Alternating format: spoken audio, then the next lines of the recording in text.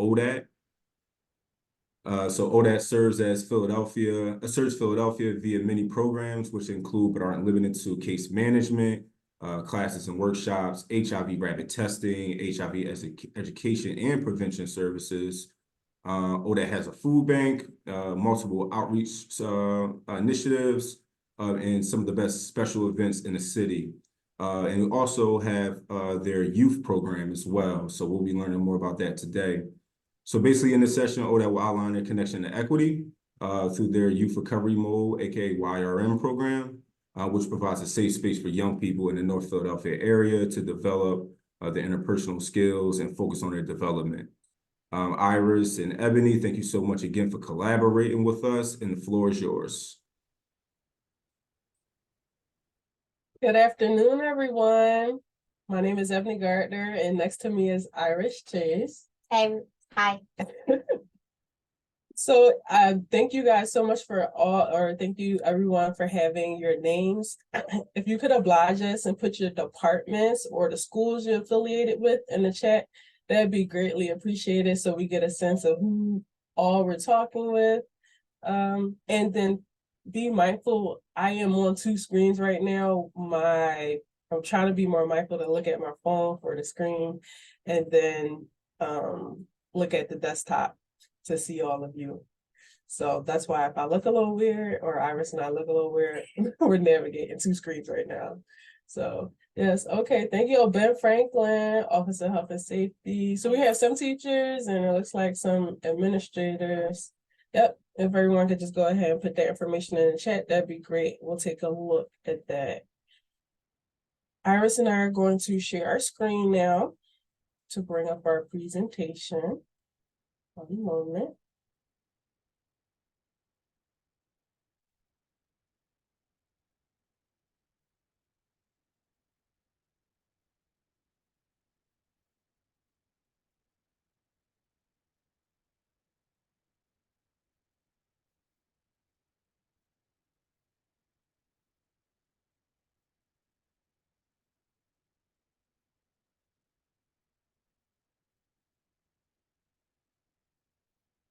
Can everyone now see my screen?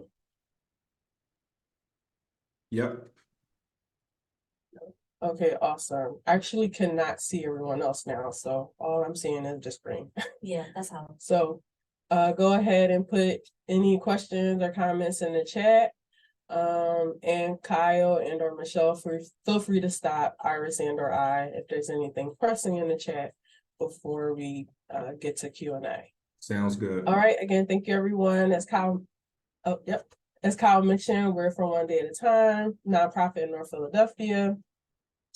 Our primary program we'll be talking about today is Youth Recovery Mode, but we do have 2 youth programs. We also operate a Hope for Kids program that's run by Jameson and Laura Hicks, and that's out of the Beckett Center at Temple, and they're a phenomenal program as well, serving youth from the various areas of Philadelphia. This page just highlights our main office, in that we're operating an early intervention program through the Single County Authority Behavioral Health Division from the Department of Health. And this program is completely voluntary, and we're primarily servicing youth between the ages of 12 to 21.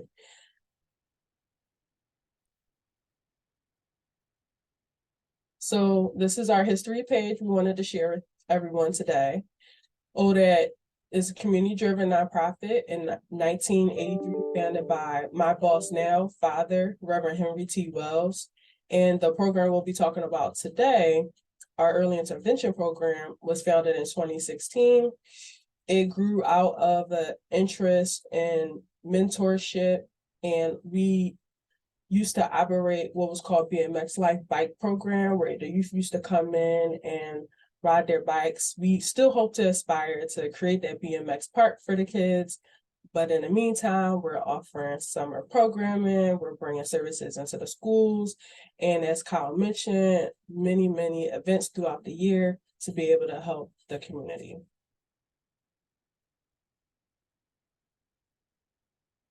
So I'll pivot to Iris now.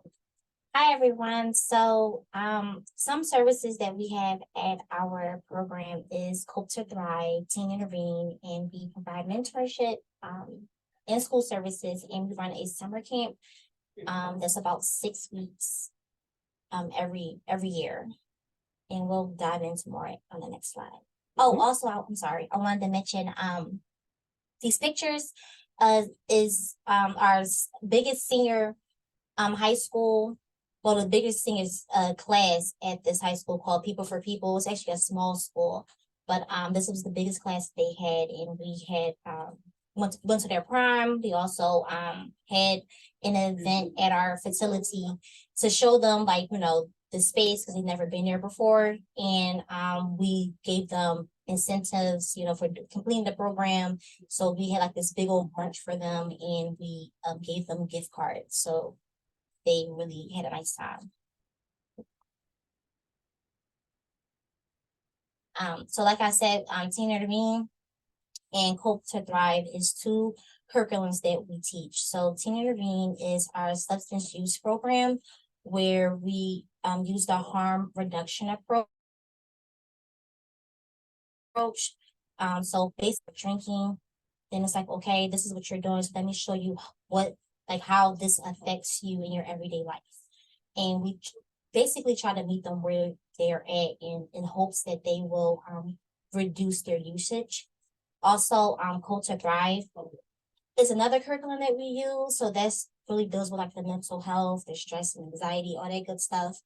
And we talk about how the thinking, feeling, and behaving, how that all connects in every situation. Thank you, Iris. So why are we here today? There's an equity series that Kyle and your department put together, and we're here to talk more about our practices as it relates to equity. Now, to get everyone more involved, we are wanting to take a few minutes, or I should just say a few seconds, if everyone could just go back to the chat. We would like for you all to put one word you think of when you hear or read the word equity. And I'm going to the chat now to take a look to see what we're seeing.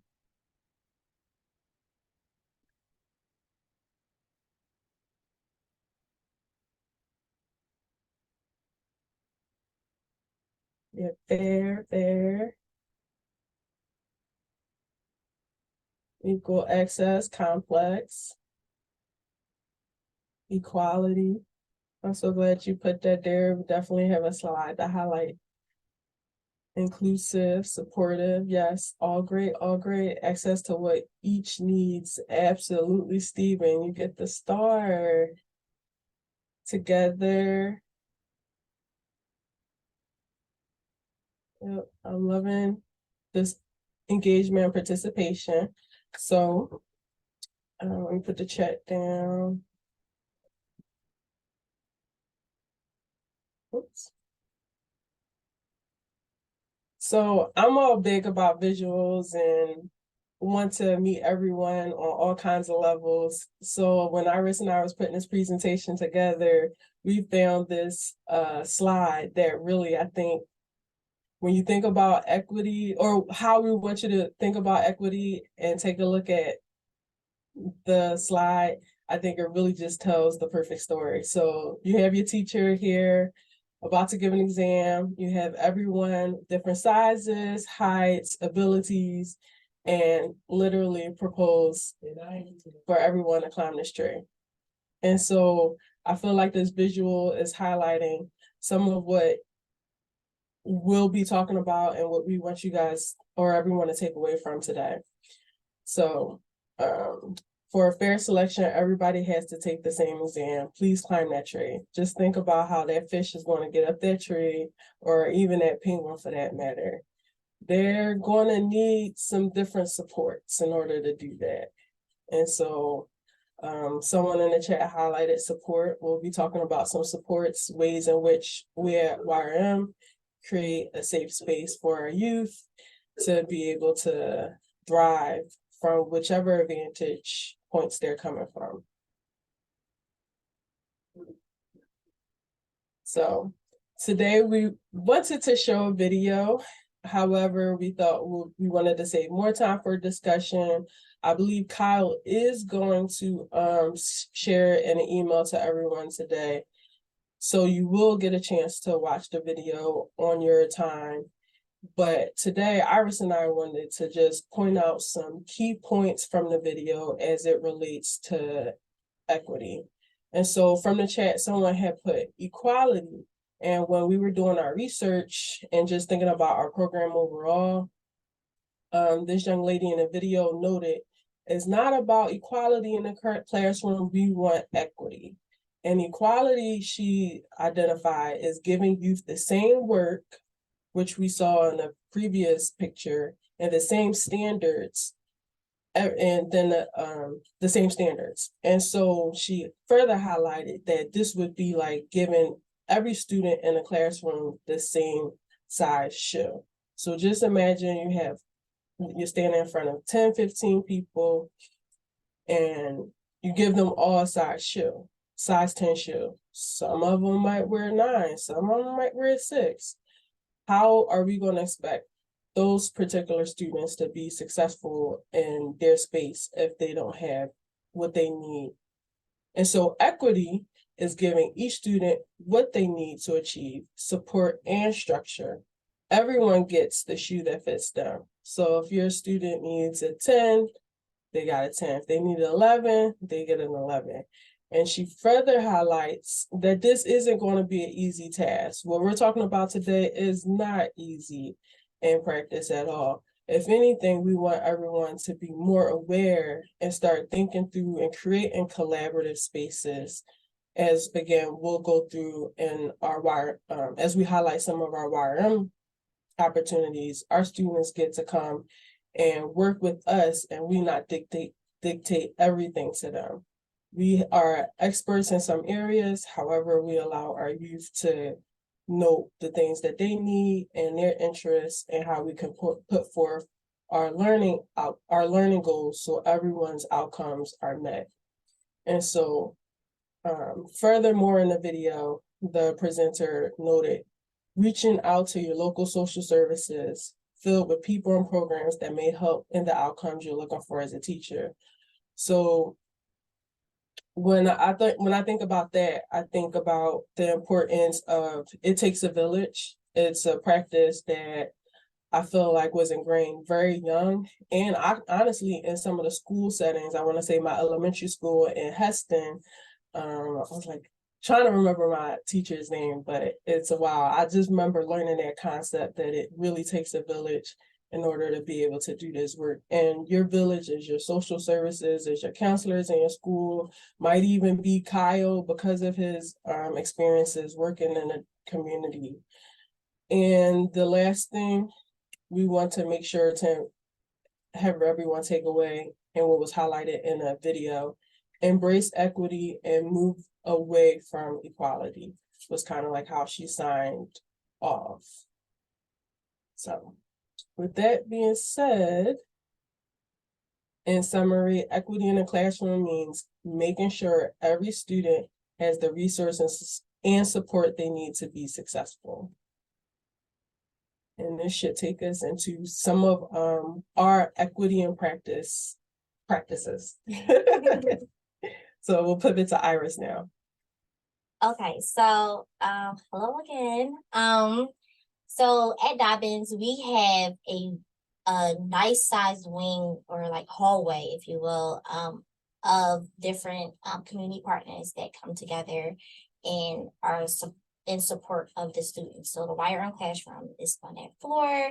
We have the YMCA, we have RHD, which is like the therapy section of the wing, and we also have like the health program as well, like sex education. They actually call her the condom lady, and she actually refers to as the condom lady. So they'll come and, get the things that they need and go ahead about their business.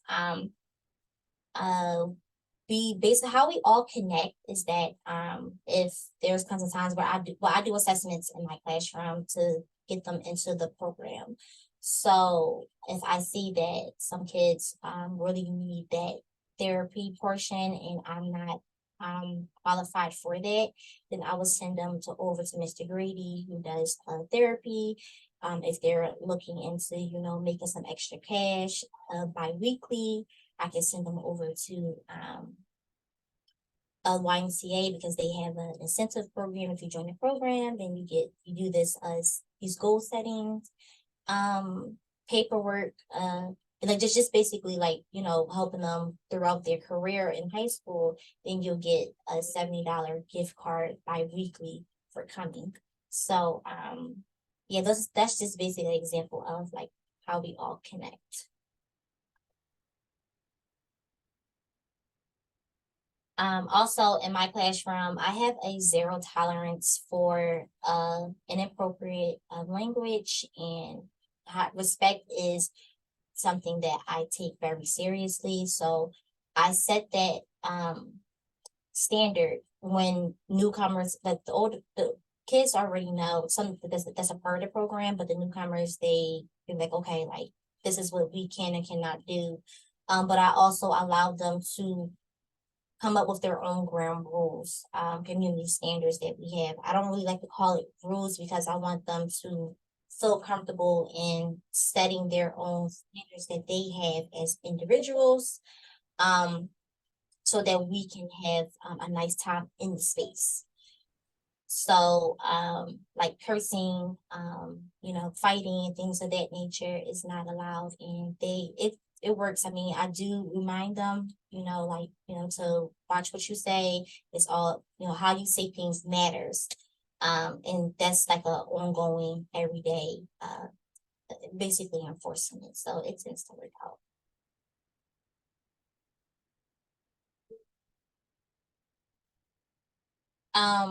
Also, so with our space, we like to create a safe haven for the kids, for them to come, because this is this place where they can wind down from a long day of, classes. They have like 10 periods at Dobbins, so it can be a lot for the youth, just being in these classes, in all this information overload. So I allow them to come into the room in between classes to wind down, to have a snack, to have a conversation, and they'll go back to class.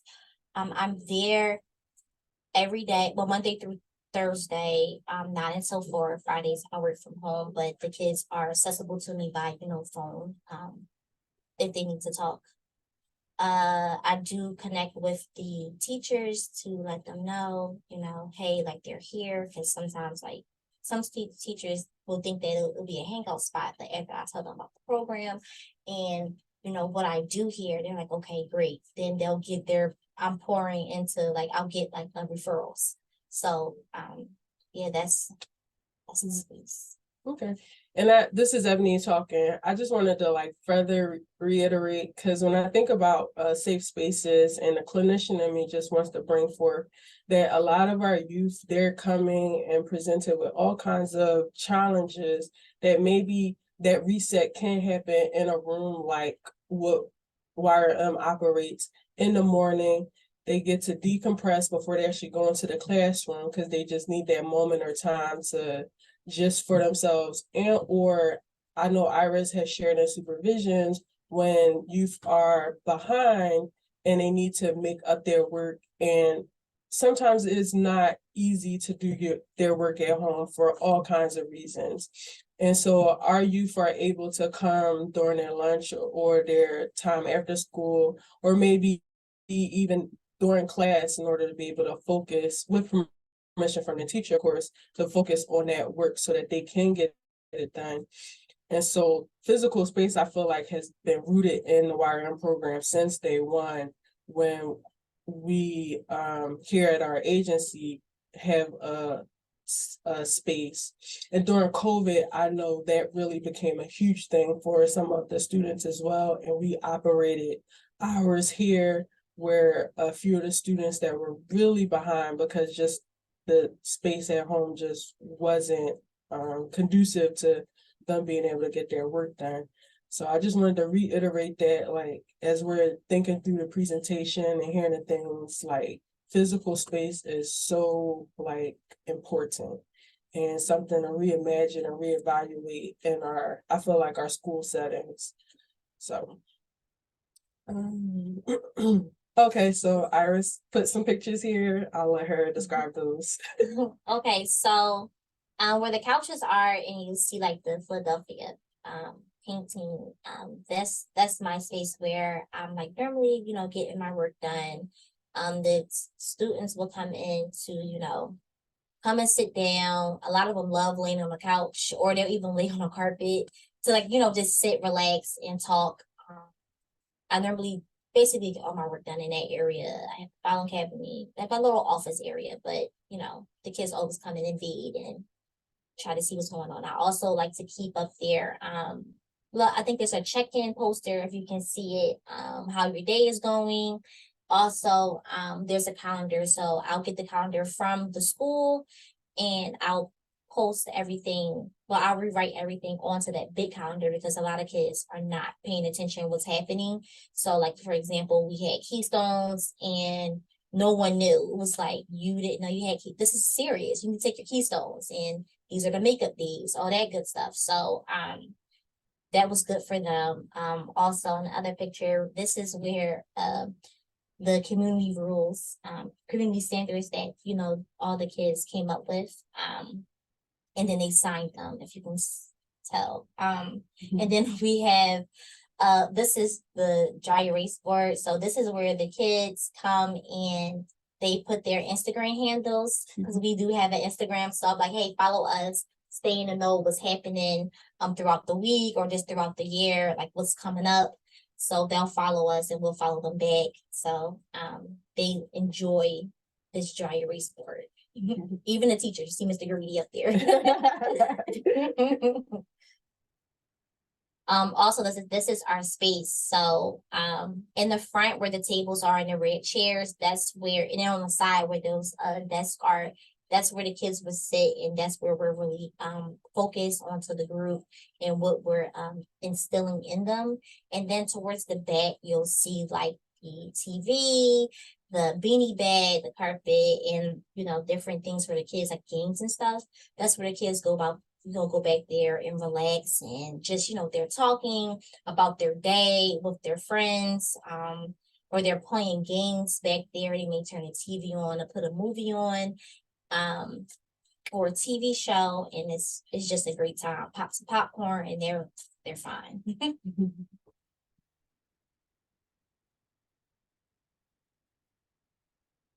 So this is just a little bit more of our equity in practice, if you will, and this village concept that I had mentioned earlier. So a big part of the success we feel is each school year we host college interns and community volunteers from diverse backgrounds that assist in the classroom and provide support to the students.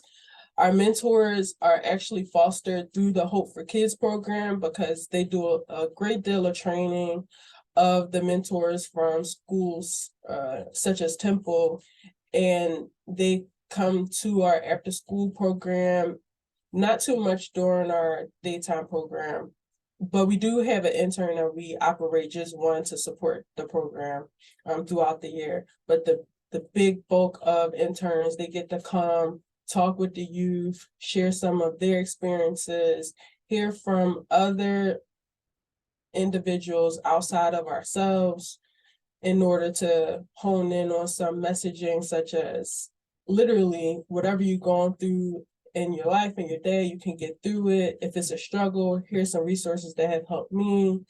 So our mentorship program is a really big deal, and we feel it has successfully added to the ways in which we support students.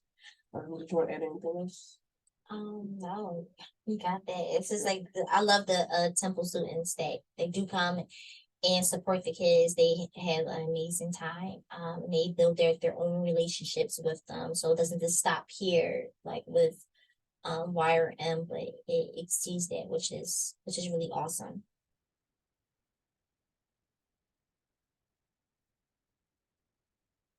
Okay, so like I said, I think I mentioned this before, is that we try to stay in contact with the teachers with communication of when they're here in the room, because some kids they'll come right before they go to class. I'm like, oh, did you check in? Okay, let's call a teacher and make sure that you checked in. So for example, one of our kids, DW, she is hilarious because she'll come and then she'll be like, okay, can I use the phone? Like she'll call up her teacher and be like, oh, hey, like I'm in Miss Iris' room. She said it's okay. Is that all right? And oh yeah, that's fine. I'll mark you absent.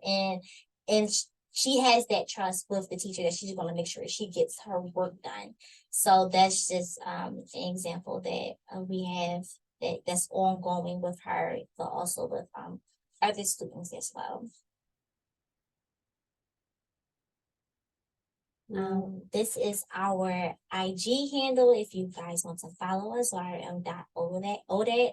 This is where we, like I said before, where we post things that we're having. And if we need support in any way, we try to get support from the community because we're a nonprofit, so we accept like all donations. But yeah, and we also post like what we do with the kids too throughout the year. And this is all of our contact info. It is Iris and I today, but we wouldn't be half the program we are without Brianna Heffernan. And so we wanted to make sure we put her information there. She's currently part-time with us now. So yeah, that's our contact information. I was like, wait, let me slow down. If anybody wants to take a screenshot or, jot down our phone numbers, I'll leave that up for a few seconds. And I believe the next page is just our references. So we don't have to necessarily go over those, just utilize that. That's where a lot of our content and or, pictures came from. And so I will stop sharing now. Iris, Ebony, thank you so much. Thank you so much for the presentation. We'll just have open the floor just for a few questions. Let me see, let me mute this. So we'll just open the floor for a few questions. I did keep track of one question that was in the chat, which is from Samantha. Samantha wants to know, do you have a flyer with information to give out for support? Oh, yes. So I did share our YRM. Samantha, if you're more interested in all our flyers, because we do have quite a bit of programs, the outreach, the PAD services, and our HIV, I can forward all that to Kyle, and then I guess he can share it with everyone. That sounds good. Yeah. Okay, yep. I got a heart. I guess that means. These interactives are so cool. No, I think that could be really helpful. I'm just to be able to give out the resources to our students. For my program, we transition, so our students are only with us for a short period of time. So just for them to be able to have access and know what's out there could be really helpful. Okay, yeah, absolutely. And I mean, Iris and I, we're open to coming to schools and presenting as well. We would just have to work out our schedules in a way. So if that's more helpful, because again, we just know our youth sometimes that warm handoff. Like, hi, oh, this is who so-and-so looks like. Right. Yep. Any other questions or thought about equity in practice? I did have one little last activity because I just think we can all learn from everyone. So if everyone just wants to jot in the chat really quick, one equitable practice you plan to implement after today, or maybe something you already implement in your work that can help your other colleagues, even help Iris and I as we formulate these spaces for youth, or things, again, that you might want to share. Now would be a time to drop that in.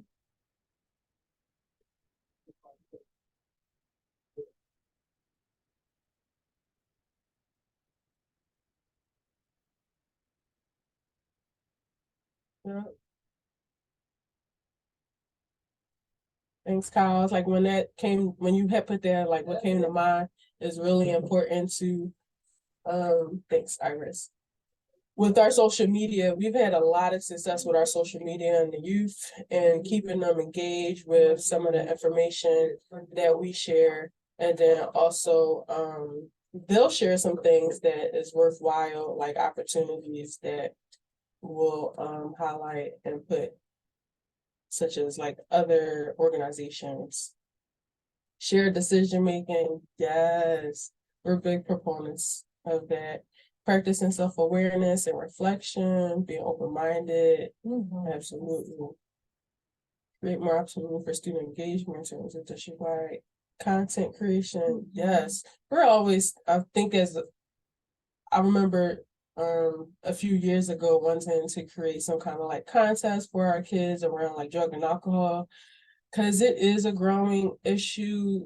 I feel like it's historically been an issue for young people, but the seriousness of the opioid crisis and fentanyl chemicals going into the drugs these days, like how can youth help us share this information in a peer-related way? So create an environment that fosters equal chances for success. Absolutely.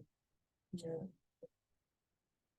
You guys are awesome. Consistently promote inclusivity for all students in class will be more reflective, especially around the topic of equity. Yes. And then again, as we mentioned, like the differences between equity and equality for that, because you know, honestly, up until really honing in on the difference, I feel like equity is where we're going for. We want to be able to provide the 5 students with the 5 different things that they need, as opposed to like, okay, everybody sits in this group. Well, some people might like one-on-ones, which we do offer one-on-ones over groups for our kids. And or some kids might learn best from a volunteer opportunity, service learning and work. Because we've had kids that come through and like literally work our food bank or sit and observe, and then kind of bring to the community what makes sense, bring to their community what makes sense. So, yeah. Yeah, Okay. thank you You so guys much. are rock stars. Thank you so If much. there's no more Class, questions, awesome. I'll just have a quick brief announcement. I want to first start by thanking ODAAT, Iris and Ebony for your time and support. It was a great presentation, and we really appreciate the work that you do, not only in the community but within schools as well. So thank you. And before we go, I want to let everyone know that I'll be sending out an extremely brief survey to complete for today's session, if you will. We appreciate any support you can lend with that.